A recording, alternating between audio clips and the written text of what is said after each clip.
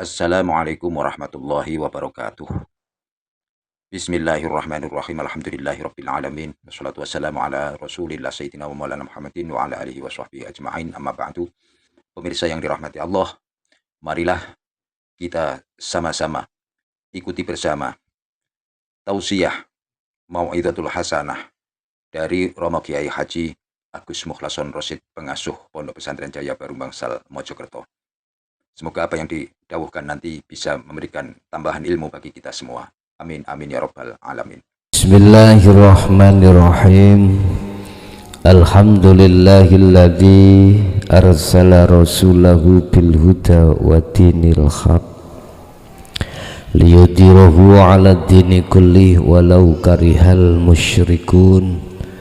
Asyhadu an la ilaha illallah wa asyhadu anna Muhammadan abduhu wa rasuluh. Allahumma salli wa sallim wa barik alaihi wa ala alihi wa ashabihi ajmain, amma ba'du.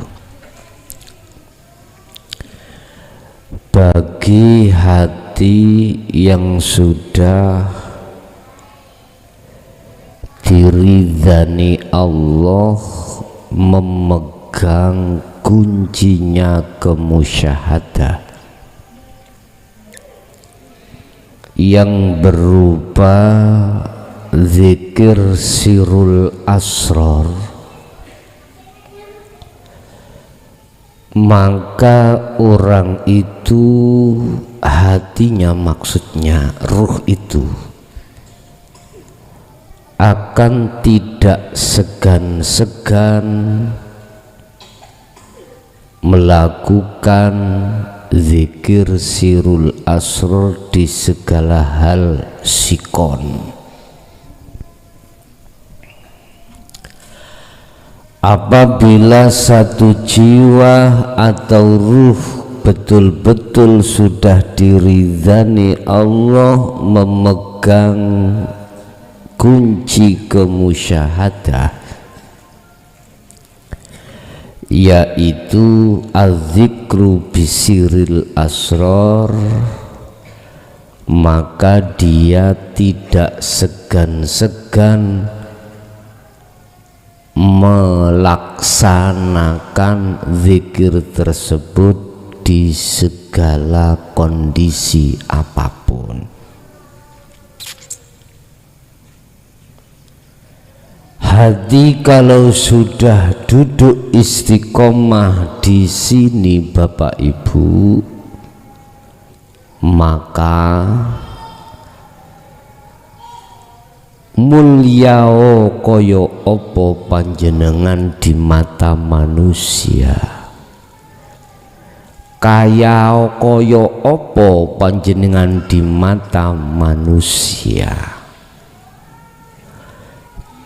tinggi kaya apa pangkat di mata manusia, tidak akan bisa mempengaruhi ruh yang sudah duduk di sini pada Allah. Rasulullah mengibaratkan kemewahan apapun di dunia itu laksana air lautan. Siapa yang akan meminum tidak hilang dahaga, maka semakin haus yang terjadi. Siapa yang hatinya bermegahan dengan kesenangan dunia, tidak menjadikan puas, maka semakin hauslah dia. Dan ini tidak berlaku bagi hati yang di depan tadi, Pak. Tidak berlaku. Karena dia sudah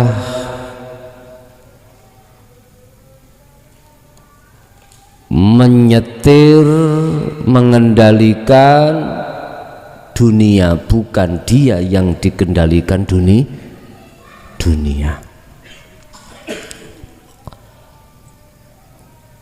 Tapi hal ini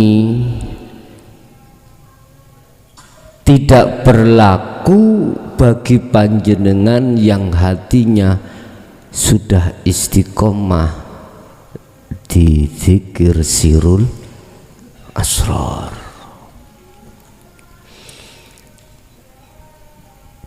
Tapi ini akan berlaku bagi golongan-golongan yang belum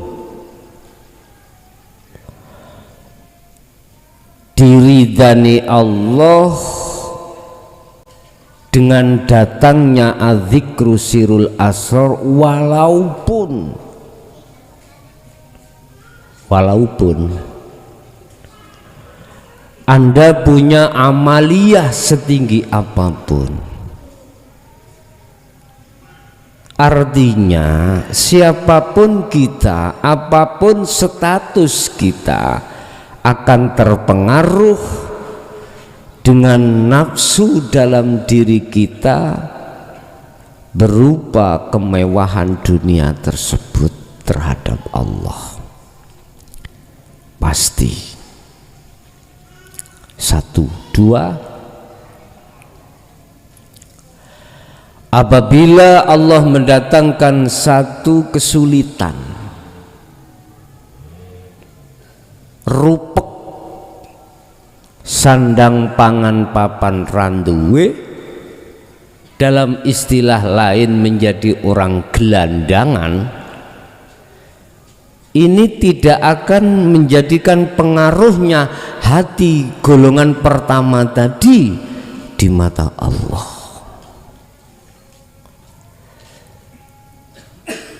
Yang ada di dalam hati, la khaufun alaihim walahum yahzanun.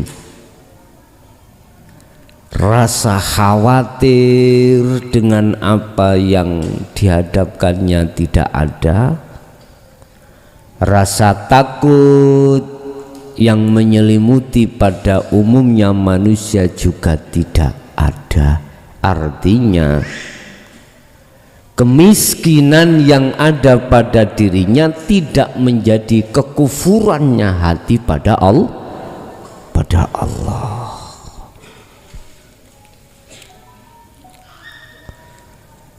Oleh sebab itu Bapak Ibu, malam ini kami akan membahas pasal kedua dalam Al-Hikam yang berjudul syahwat dan himmah. Apa tadi? Syahwat dan himmah.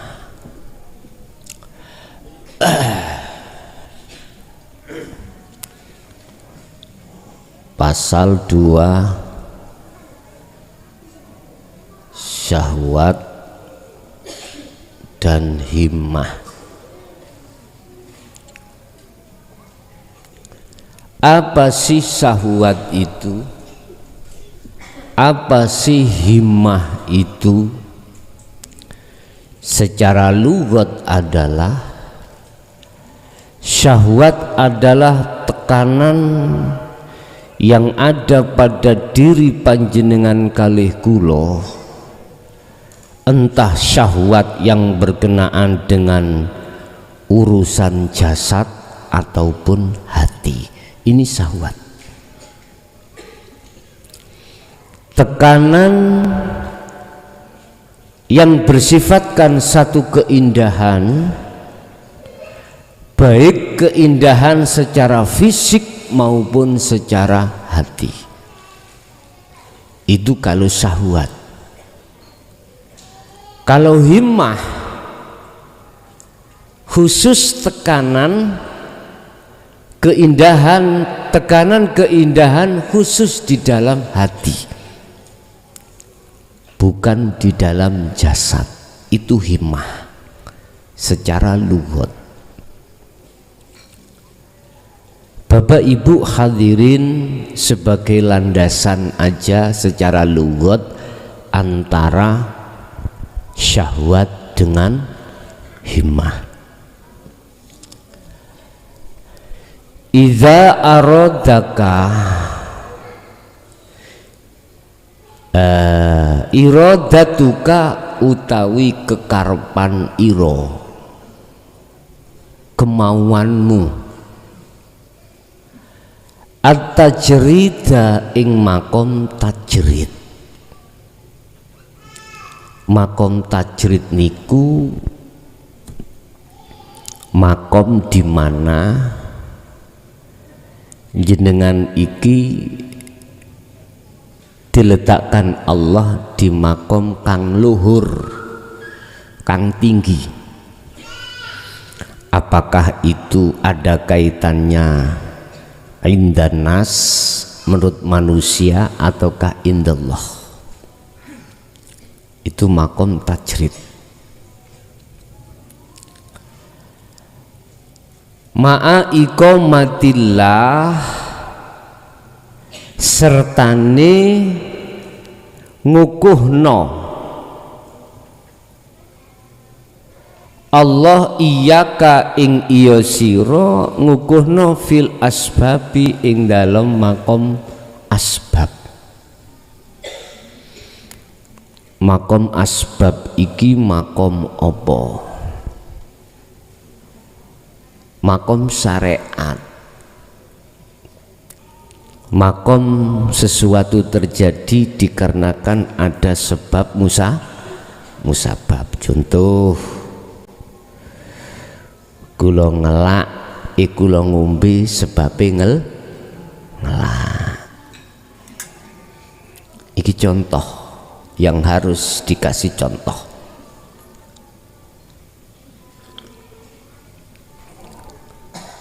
Terus lambeku kepanasan, iku yono sebabe teh panas. Iki makom sabab. Jenengan di tengah keluarga membutuhkan sandang pangan papan. Allah mendatangkan 3 kebutuhan itu sebab musababe tekane kuwi jenengan kerja. Iki makom sabab. Anda mendapatkan uang, kebutuhan jasad diperoleh dari kerjaan panjenengan, iki berarti jenengan iki diletakkan Allah di makom sabab. Lah makom tajrid kebalikan, nggak berbicara terkait sabab musabab, enggak. Kalau kita bicara tentang kebutuhan 3 hal tadi, sandang pangan papan, Anda olehnya mendapatkan satu kebutuhan tersebut. Kalau secara jasad, sandang pangan papan tidak karena kerjaan seperti di atas tadi, tapi ada sesuatu hal yang Allah berikan lewat anugerahnya. Lah anugerahnya itu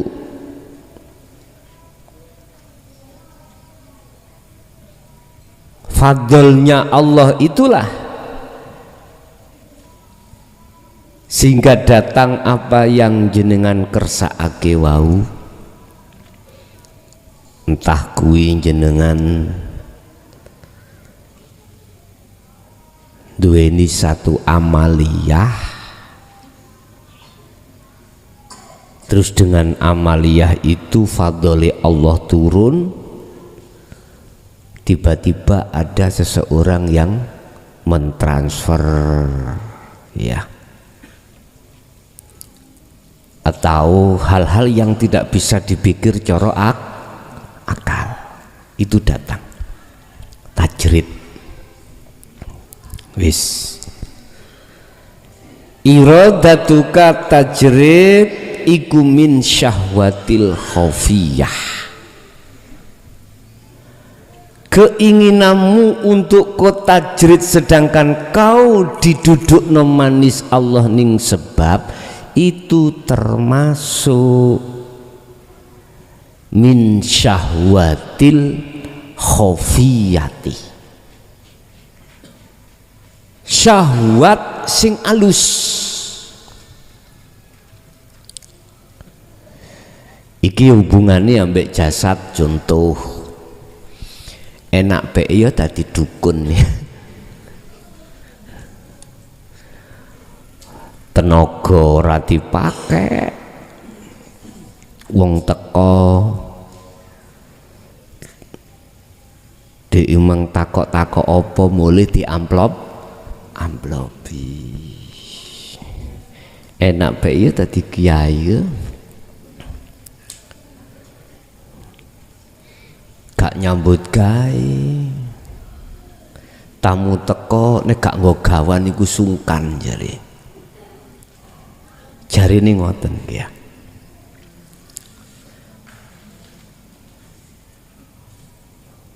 Aku pernah dadi cantri ngene dikon bukakno amplop iku gak ono amplop sing rupa ijo, abang-abang kabeh, penak be ya. Awak dewi ono sabab bu pak, dideleh diletakkan Allah satu pekerjaan secara fisik, terus kepingin kados koyok ngoten kuwi. Iradataka at-tajrid ma'a iqamatillah.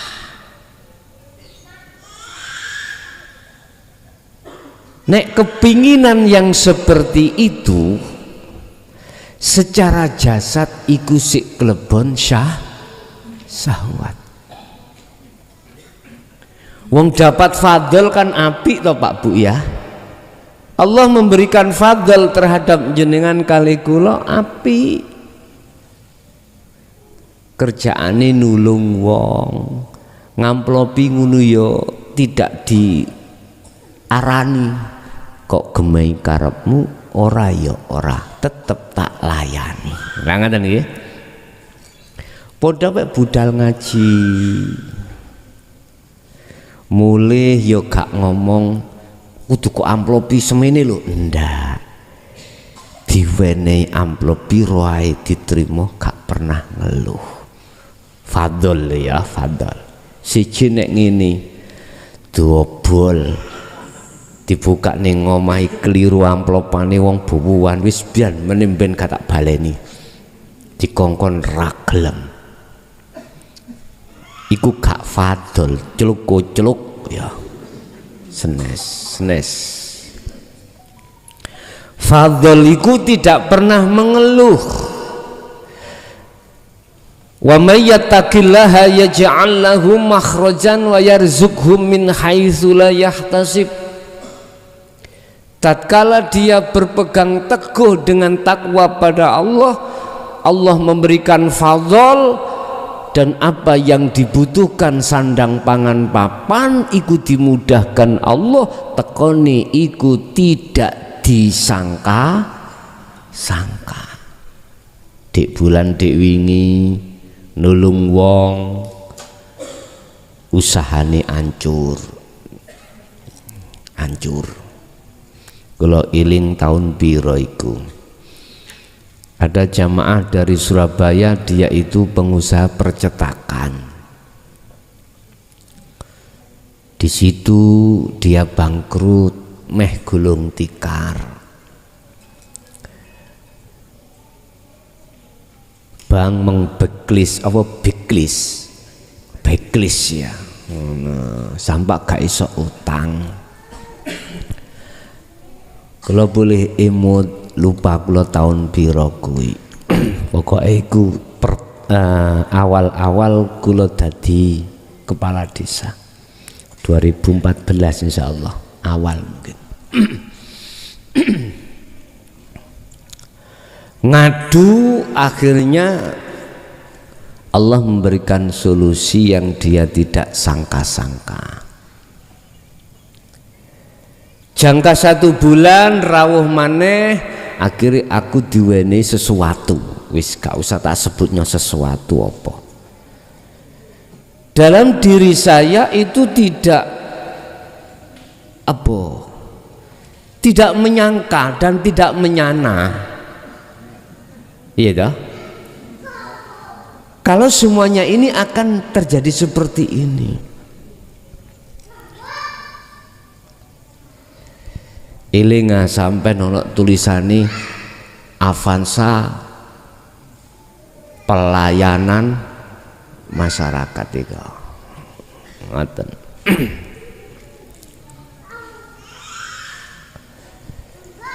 Jadi fadl itu biasanya Bapak Ibu berangkat awal itu enggak ada tendensi apapun.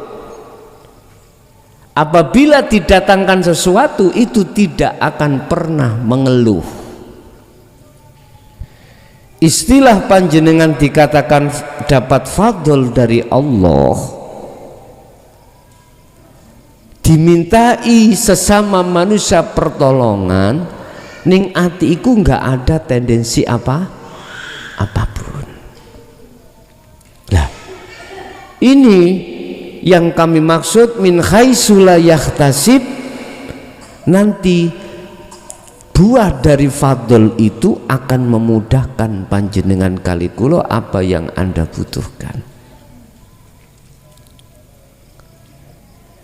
Bapak Ibu hadirin jamaah rahimakumullah,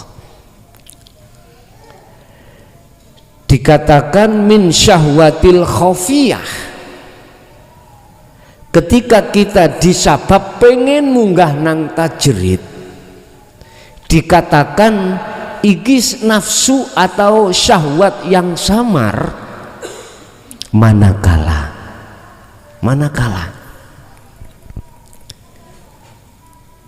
Anda masih ada tendensi. Apa tendensinya? Iki secara jasad yang ada kaitannya dengan sandang pangan papan, ben gak soro. Lah niki contoh, kula niki dingklang, nek dike macul ya ora kuat ya. Macul sawah niku lho Pak, maksud kula mboten kuat, dikongkon nguli ya gak kuat. Tapi kula duweni keahlian jahit. Ngerti jahit? Jahit niki jahit klambi. Lah Allah meletakkan saya pada asbab jahit iku. Dengan jahit itulah nanti akan datangnya upah. Uang, dengan uang itu akan mencukupi sandang pangan papan. Terus dalam hatiku berkata lain, penak bae dadi wong kae, ra kathik nyambut gawe ceklane duit. Aku ruh dhewe. Akhirnya saya moro nang kiai mau, yi kula pingin dapat fadl dari Allah, karomah. Urusannya apa? Nyambut gawe kula niki mboten kuat macul yi. Nguli mboten kuat. Sakniki kula sondok dingklang. Oh iya. Akhirnya diweni satu amaliyah untuk nekakno fadl utawa karomah. Ini Bapak Ibu syahwatul khafiyah, syahwat kesenangan yang sangat lembut, padahal ini ada hubungannya dengan urusan jasad ben luweh ringan lah, ngoten nggih. Ngene gak oleh kok.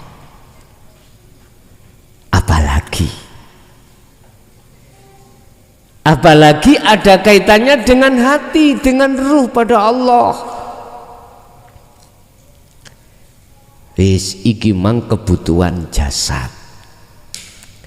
Saiki syahwat, kesenangan yang ada kaitannya dengan kebutuhan hati.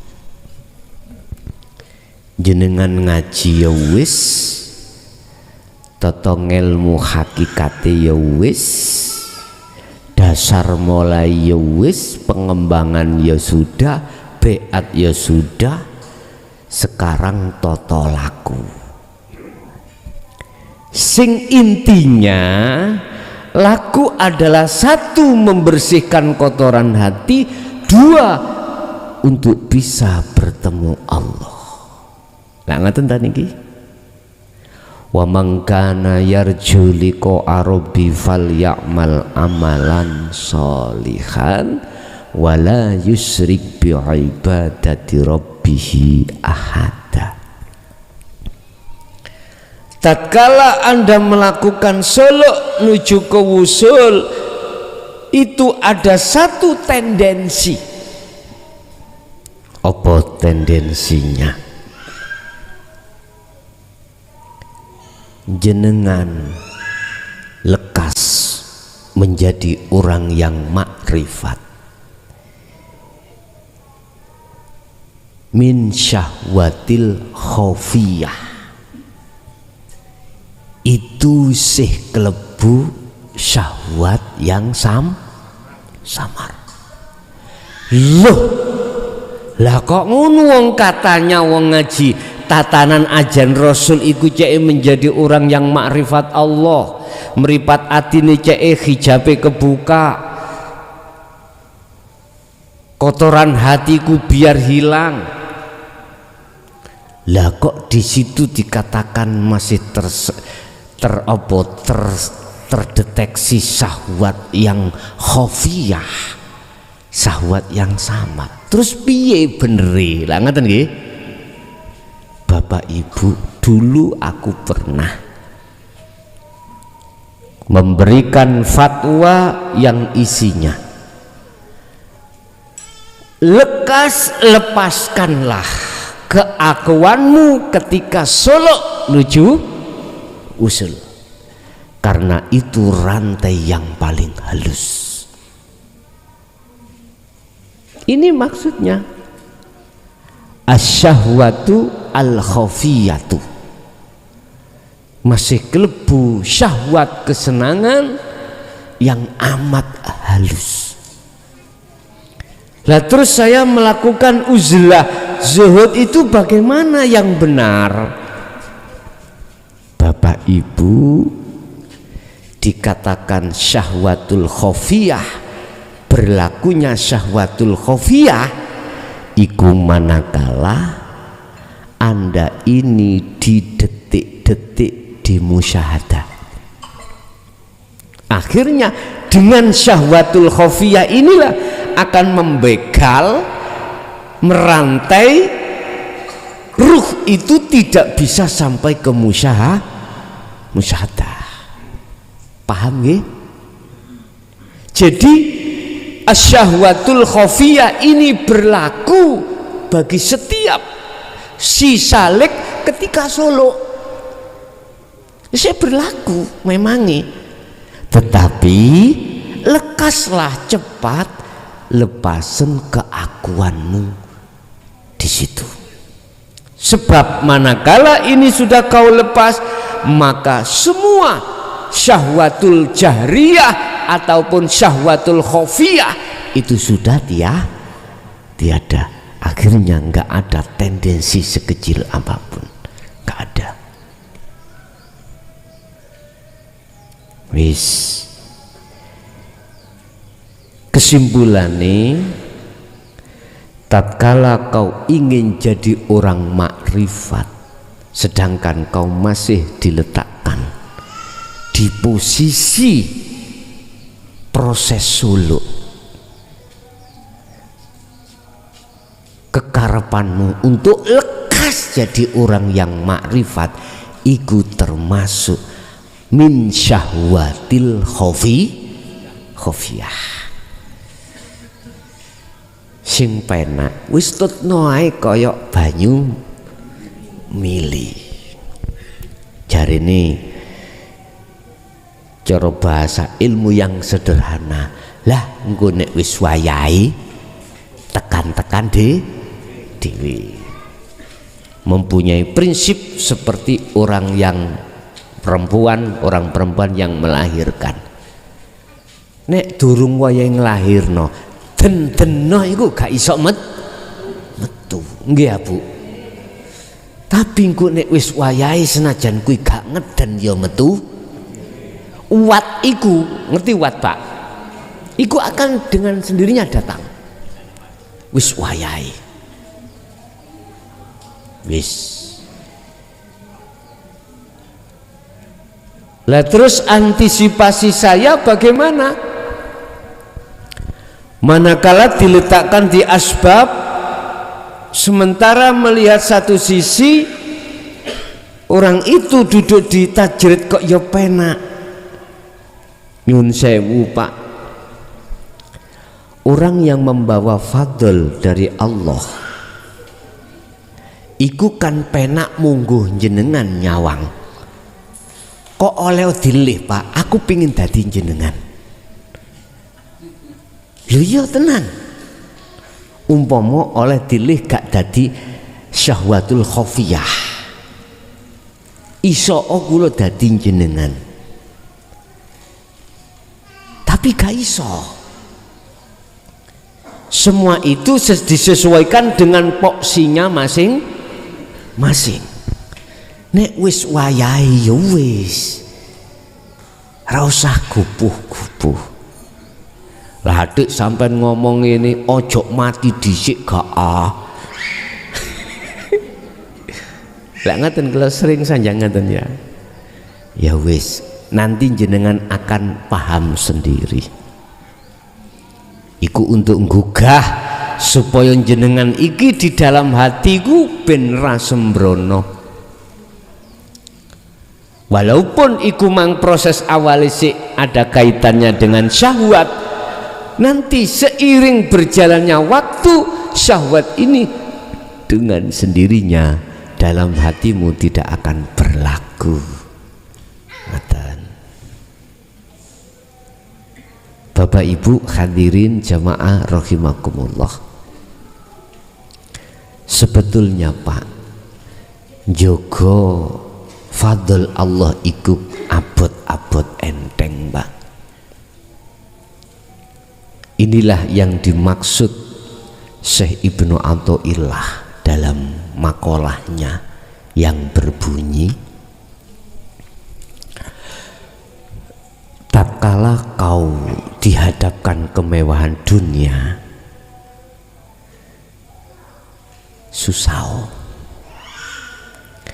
Tatkala kau dihadapkan kemiskinan dunia, senenglah.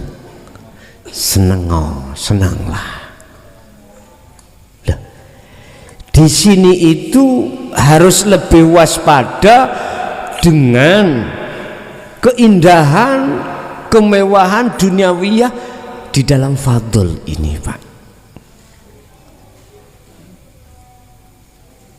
Lebih berat rekasane jaga ketika saat di posisi ini daripada di posisi kita keadaan terpuruk. Ingat, Allah sudah mengenas di dalam surat At-Takatsur. Jikalau hati ini bermegah-megahan dengan kesenangan dunia, maka itu yang akan menjadikan hati lalai dari Allah. Dan ini tidak berlaku bagi golongan pertama tadi, golongan di mana hatinya sudah diridhani Allah, membawa sirul asrar dan istiqomah di dalam zikirnya, gak berlaku. Tapi ini akan bahaya bagi golongan hati atau ruh yang belum mendapatkan sirul asrar dari Allah Subhanahu wa ta'ala, yang disebut golongan ahli hijab.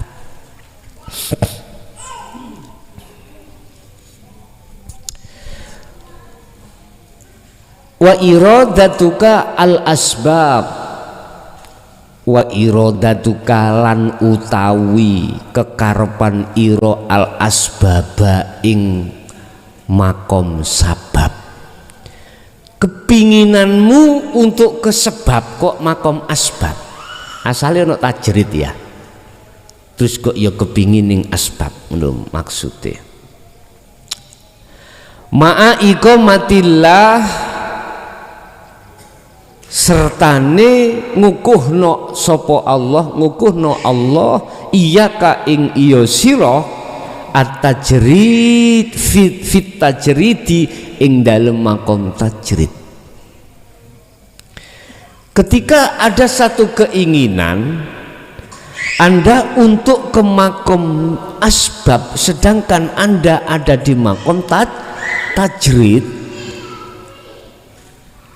padahal Allah masih mengukuhkan Anda di makom tajrid, keinginan yang seperti itu Bapak Ibu iku inkhitatun, bentuk jatuhnya derajate ati menyang Gusti Allah minal himmatil aliyati, saking himmah kang luhur. Ngene, enak PE dadi kopral gak dadi jenderal. Jenderal iku dituntut tanggung jawab. Kopral penak kari nglakoni jebret, engko sing tanggung jawab aku.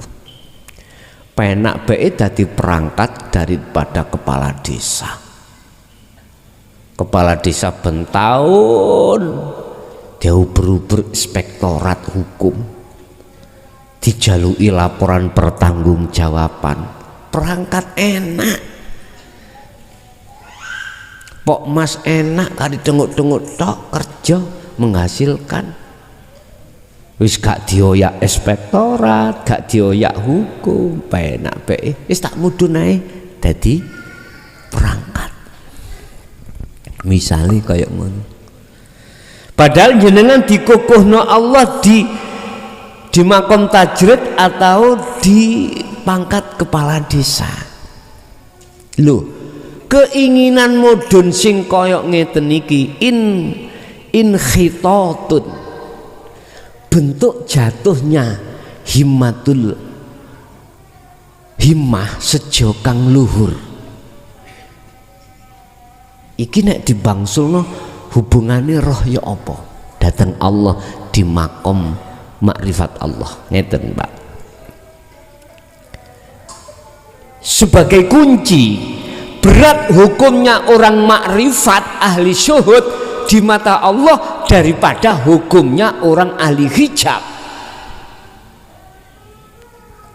Luwih berat hukumnya orang yang ahli makrifat daripada tidak. Paham maksudku? Ojo dikira wong ahli makrifat itu enak rokokan jari sholat, ngombe sholat, sembarang salat. Enak lho sik ta cangkemmu iku nek ngomong sing enak. Coba dadi yo ati sing makrifat Allah. Mben dina mben detik iku selalu apa? Wa iqamatis shalah. Njogo roh iki selalu salat nang Allah. Wong syariat kan panek wis tong budal. Lah ngono ah. Mari budal mulih nyambut gawe maneh. Dadi eling nang Gusti Allah waktu 5 waktu, mari ngono lali maneh. Lih, abot ndi ambek ahli syuhud dituntut supaya ati selalu dzikron katsiron. Abot iki sampai dikatakan di dalam hadits qudsi, dawai Allah yang tidak terucap, tidak tertulis di dalam Al-Quran mengatakan dunia ini laksana neraka bagi orang mukmin, menjadi surga bagi orang kafir. Kok iso?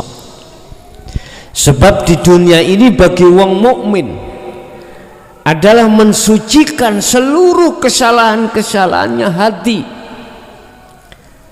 Ibarat laksana baju itu diombah, di PP, di sataliko, hanallah, supaya nanti habis di alam dunia sudah tidak bersih akhirnya jannah. Tapi orang kafir justru sebaliknya, di dunia dikatakan sebagai surga yang menipu, artinya dia tidak akan pernah melakukan bebersih kotoran hati, dia ngumbar hawa nafsu, seneng-seneng Pak. Tapi ingat, nanti setelah hari kematian datang, disitulah Anda akan disucikan, dimasukkan iku mangeti sucikan dhisik. Sebagai dasar kunci ning dunya iki, antara ahli hijab dengan ahli syuhud, lebih berat ahli syuhud, lebih berat ahli syuhud. Dia dituntut wadhkur isma rabbika bukratan wa asila. Muhammad, sampai umat-umatmu yang mengikuti ajaran dinul haq, wadhkur isma rabbika bukratan wa asila, mulai pagi sampai sore gunakan hatinya berzikir sama aku. Buka nak nggone surat Al-Insan ayat 25. Wajib itu bagi hati Bapak Ibu yang sudah memegang zikir yang dimaksud ayat itu, bisa sampai pada Allah oleh karena saking kulinone igulah, saking kulinon bahasa Indonesia apa? Saking terbiasanya itulah akhirnya asalnya dianggap berat menjadi ringan. Tapi mohon maaf, terlebih dahulu kita mengalami jatuh bangun. Ya Allah, kadang lagi bangun masalah, kalau sudah selesai awal-awal masalah datang, ya Allah, wis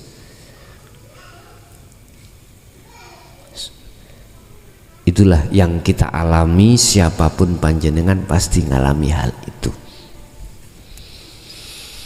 Tidak cukup di siang hari, pagi, siang, sore, akan tetapi wa minal lail, ditambahi malam hari, tetap kamu harus berzikir pada Allah. Coba wong kafir ngorok po gak ngoten nggih, jeneng ngumbar hawa nafsu ahli hijab, ya itu wis nek di total Pak, asline abot wong ahli syuhud. Tapi kadung sudah terbiasa, itulah akhirnya sudah menjadi kebiasaan, akhirnya asalnya berat menjadi ringan.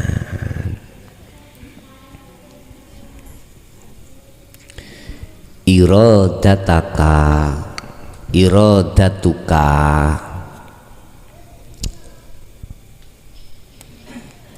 kekarepan iro untuk menuju asbab, sedangkan Anda masih dikokohno Allah ditajrid. Kepinginan yang seperti itu, keinginan yang seperti itu dikatakan inkhitatun minal himmatil aliyah, sejo medune sejo kang luhur. Jenengan wis dipapakne Allah dzikir sirul asror, jenengan kok ya wis iso ngraosake manah iki kedamaian ketika bertemu Allah. Ngono kok ya sampeyan iku pengen ning asbab dadi wong syariat tok. Iki berarti jenengan iki turun dari derajat di mata Allah kang luhur, turun menjadi orang yang murtad. Ngerti murtad?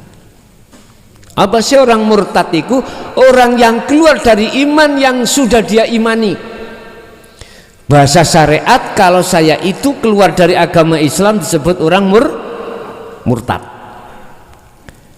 Bahasa hakikat Anda sudah ditaruh Allah di ahli syuhud, sudah mengerti, sudah nikmat, sudah tahu raos di dalam mana hati ini, bagaimana nikmatnya bertemu Allah. Kok jenengan ikun duweni pengen keluar dari itu menjadi orang yang duduk di nurul iman saja, berarti Anda telah inhitatun, jatuh dari tempat yang luhur menuju tempat yang asor. Tapi pertanyaannya, apakah hal itu akan terjadi terhadap diri kita? Anane ono makalah, adanya makalah yang tertuang di sini bisa jadi itu terjadi atau tidak terjadi pada diri jenengan, yang jelas itu terjadi sebelumnya. Mohon maaf Pak, biasanya terjadiku seperti ini. Sampeyan titeni ya, ketika hatimu ditaruh Allah di makom musyahadah, lah kok secara fisik Anda didadekno wong nglarat. Gus, kula sak joke ngaji melok pean, ngelakoni apa? Wah, salah ujian beruntun Gus. Ya Allah, mari bisnisku hancur. Sakniku anakku purik, mari anakku purik, bojoku ente-entean. Ya Allah ya Karim, iki lak gara-gara melok ajaran jenengan. Nis wonten Pak Bu, Allah akan bisa jadi menaruh panjenengan iki di titik seperti itu. Pun juga Allah akan menaruh panjenengan di titik kebalikan daripada itu. Bisnisnya tambah api, anak itu qurratul a'yun, nyenengno, bojone yo tambah. Lho kok iso? Iya, sing mbok wek ngrestui. Nggih Mas, sampeyan jak mrene lah. Penak dadi sak omah. Misale, lho Gusti Allah to sing ngoten wae sedaya to. Lho, sampeyan eling penyakit. Penyakit mlebu nang badan, sapa sing ngongkon? Penyakit metu teko badan, sapa sing ngusir?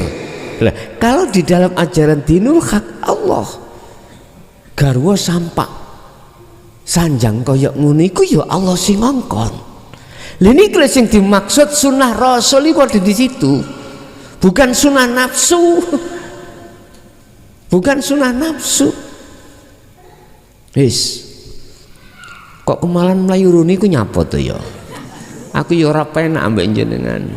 Wis. Loh, Allah juga bisa jadi meletakkan posisi jasadmu serba mewah. Biasanya Pak, dari tajrid mudun ke asbab iku, ketika sampean kali kula jasad iki diposisikan Allah gak duwe sama sekali. Akhirnya maitu wis ngene iki balik wis nang sabat. Iki ngomong roh lo ya. Balik nang dadi wong biyen ae gak ngikuti ajaran Rasulullah yang di dalam dinul haq. Nyatane yo tambah ancur sembarang kalir. Wah, akhirnya timbul satu kemamangan Pak. Kemamangan. Ingat, Allah ketika memproses dirimu sebelum dijadikan sebagai kekasih, itu berbagai ring yang harus Anda lewati. Ring pertama, Allah walladzi arsala rasulahu bil huda wa dinil haq, lewat utusannya membawa ajaran dinul haq.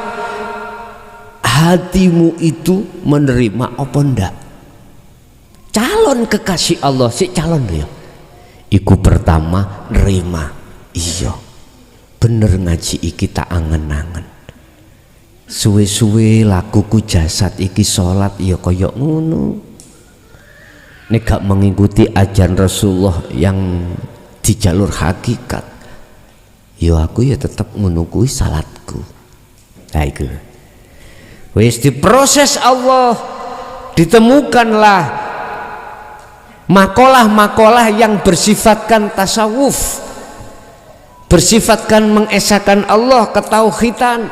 Mudah Allah menggiring, akhirnya diproses lagi, disaring lagi masuk ring amal, akhirnya diperintahkanlah untuk laku.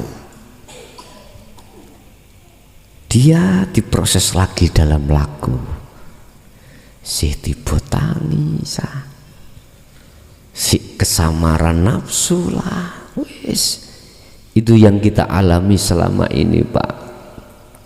Dan itu wajib bagi kita memang melewati kerikil-kerikil tajam, ya toh, duri yang siap untuk menancap. Udah kita lewati aja, nggak apa-apa. Toh engko nek wis wayahe engko tumiba ya wis tumiba dhewe. Iki Allah memproses. Ketika saat sudah mengenal panjenengan iku sirul asrar, terus di situ Anda sudah diberikan Allah setitik musyahadatul fana. Nikmatnya luar biasa. Wis untuk mengangkat derajatnya si kawula ini menuju musyahadatul kamil, diutik barangi. Innama amwalukum wa auladukum fitnah. Diudik si urusan bisnis cetil gara-gara ada penipuan transfer. Katutlah, aduh, bisnisnya hancur, seret. Amwalukum wa auladukum, kemudian anak diudik, des embuh ngudiki Allah iki anak dilewatno apa ngono, ngresah. Wa azwajukum, garwa terakhir til gak duwe apa-apa. Terus duwe kesimpulan, penak bayan waktu aku gak ngaji ambek Gus, wis balik maneh ngaji apa wis tambah rusak dunyoku, metu Pak, seret. Wis ana gunung ngopeni ilmu dohir tok maneh.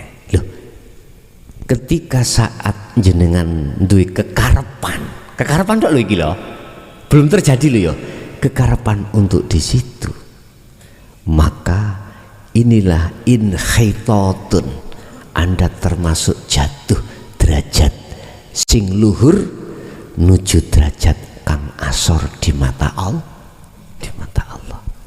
Kepinginan tok durung kelaksanan, apalagi terlaksana.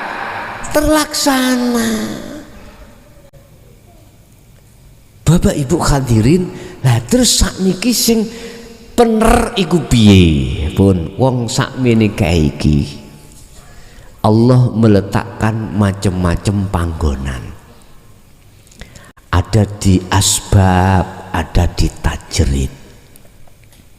Kalau kita lepas dari ahli hijab ya, berarti kita yang sudah diletakkan di ahli syuhud, asbab urusan dunya, tajrid urusan dunya. Ada yang asbab diletakkan dapatnya ma'isyah, kebutuhan dunia itu karena kerja. Ada yang tajrid mendapatkan ma'isyatu dunia itu dikarenakan jenengan iki ada fadilah dari Allah.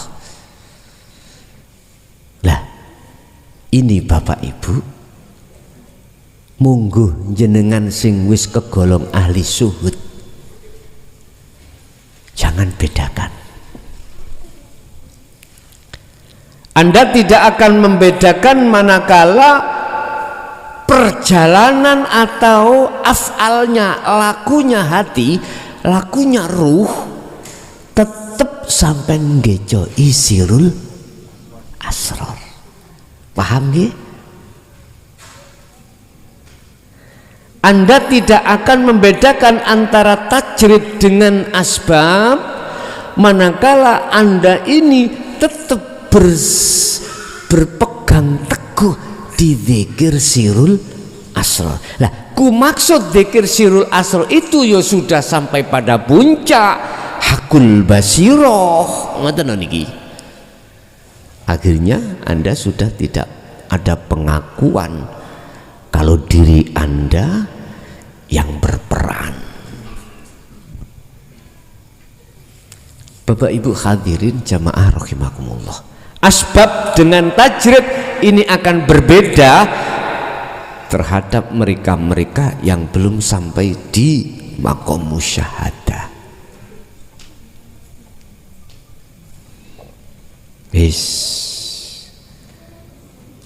Iki isok terjadi sama antara asbab dengan tajrid manakala jenengan iki estu faqadistam sakabil urwatil wusqa, memegang teguh tali Allah. Tapi sebelum dikatakan golongan yang sudah memegang teguh tali Allah, itu golongan yang memegang tali dengan apa nggak, arang-arang ini lah, renggang-renggang. Wis itu memang proses kita harus melewati di situ, sehingga ketika saat Anda iki mendengarkan tausiah ya, sing tausiah itu kau anggap tidak mendukung perjalanan hatimu, mesti ngene, ngaji telek gak masuk ngoten kuwi. Dan atau panjenengan itu punya kefanatikan dalam seorang yang difigurkan, misalnya jenengan wis kadung memfigurkan, mengidolakan si A misalnya, padahal dengan si B ngelmune sama, misalkan wis kadung idola ya napa to Pak Bu ya. Terus suatu saat ada si B yang memberikan tausiah, mendengar isi materinya sama, makhluk syahid artinya substansinya sama, cuman gaya penyampaian itu enggak sama. Ngomong ini gak koyok si A, jelas tandas jelep mari, gak aku gawe bulet koyok entute, tambah bingung aku. Lah, itu proses memang dikatakan ketika saat kita memegang tali Allah dengan renggang. Nanti kalau sudah faqadistam sakabil urwatil wusqa lam fiso malah saking kuate, bahasane siji zaman. Iya, sing bingung ya sapa, sing gawe bulet ya sapa, sing nekakno si B ya sapa. Akhirnya kembali di situ, Pak. Bapak Ibu, umat Islam khususnya, walaupun Anda terpecah menjadi 73 golongan, manakala Anda mau kembali wad'u ila rabbik, hati atau ruhmu mau kembali kepada Allah, kefitrawan, maka Anda tidak akan boro-boro untuk menyalahkan pendapat orang lain. Sebab pendapat orang lain muncul itu ya punya hujah, punya dalil, punya dasar, punya alasan. Podamping ini contoh. Imam Syafi'i ketika tawaf di Masjidil Haram Mekah wajib punya air wudu. Nek batal mboten asal. Iki Imam Syafi'i. Imam Maliki beda maneh. Gak apa-apa. Masih kuwi jempok wong wedok duduk bojomu gak batal. Waktu tawaf. Itu kok iso. Semuanya punya dasar, landasan, hujah masing-masing. Sing Imam Malik ngene. Lah nek iku kok jempok wong wedok dadi batal, ngentut dadi batal. Kapan marine wong kula mencret?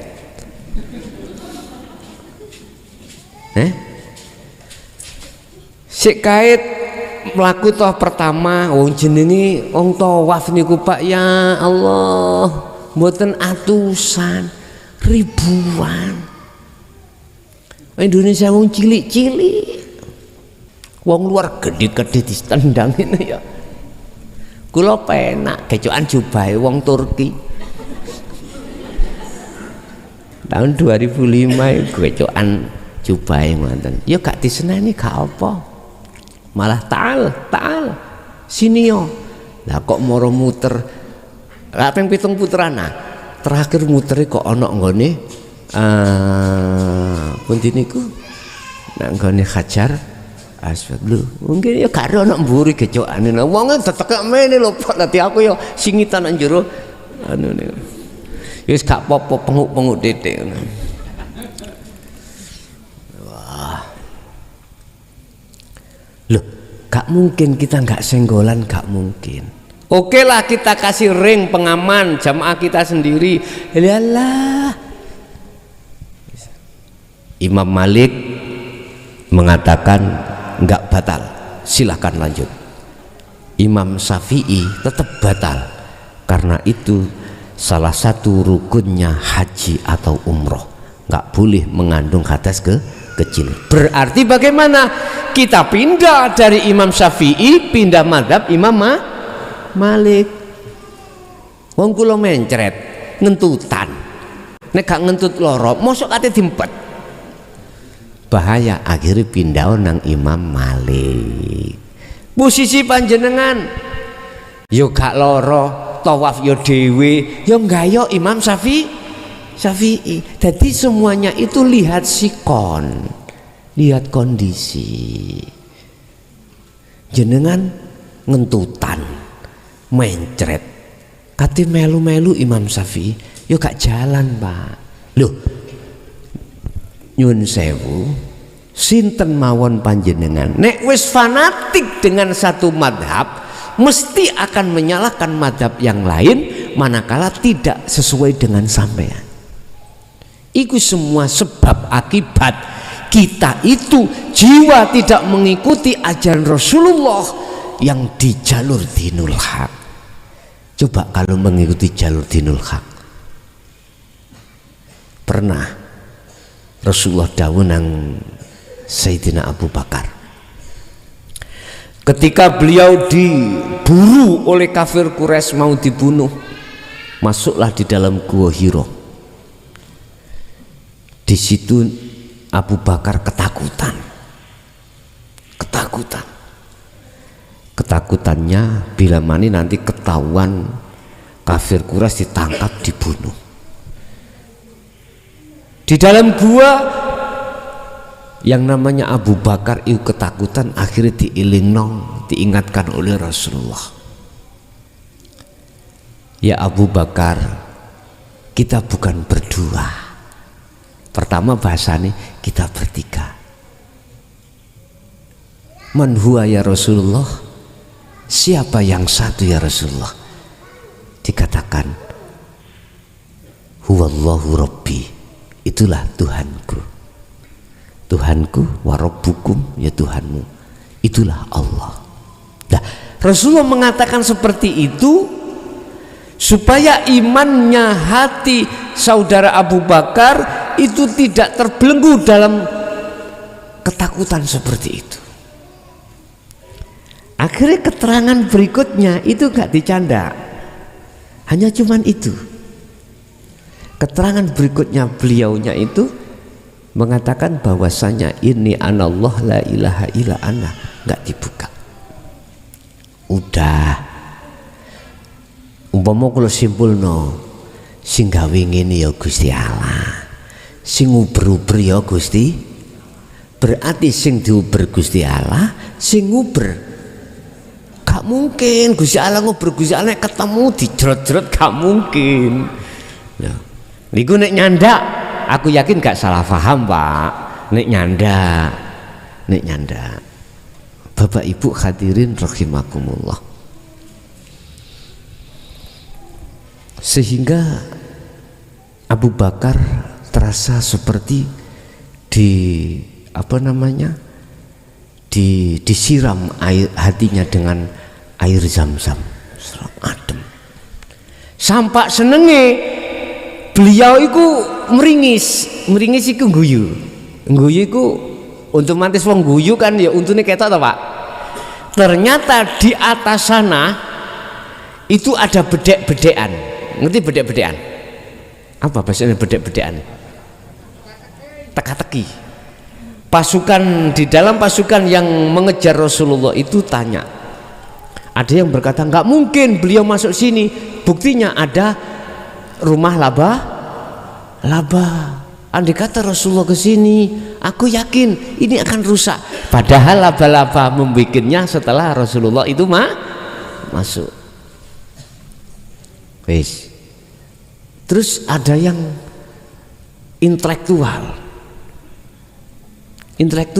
berpendapat melihat jejak untuk kesana nggak ada. Ini kok ada jejak sini? Akhirnya konfrontasi, nengati ki perangan. Wis gini aja, ayo kita melempar kerikil ini. Nek kerikil ini berbunyi buk, berarti Muhammad di dalam. Nek kerikil berbunyi ting, berarti nggak ada. Berbarengan mereka melempar batu itu, Abu Bakar iku guyu, meringis, akhirnya kena ting gitu. Iku akhirnya anak Indonesia ono film boneng ting ya niku niku. Akhirnya semuanya sepakat untuk tidak mencari ke dalam. Ono acarane Rasulullah ya, acarane Allah itu lho wonten. Makanya ada istilah dalang nggak kentean lakon, katanya kabeh wis settingan. Kita nggak perlu khawatir dengan apapun yang didatangkan Allah, nggih pun, karena semuanya sudah disetting Allah. Ini hanya berlaku bagi hati panjenengan yang sudah istiqomah di dalam sirul asrar. Pun cetok. Tadi bagi kita yang masih belum ada di situ alias di ahli hijab, ya seperti itulah yang kita alami dulu Pak. Selalu khawatir dengan apa yang kita kehendaki, iki hasil apa gak, iki arek gelem apa gak aku WA iki, ngene gak gelem endahno isine.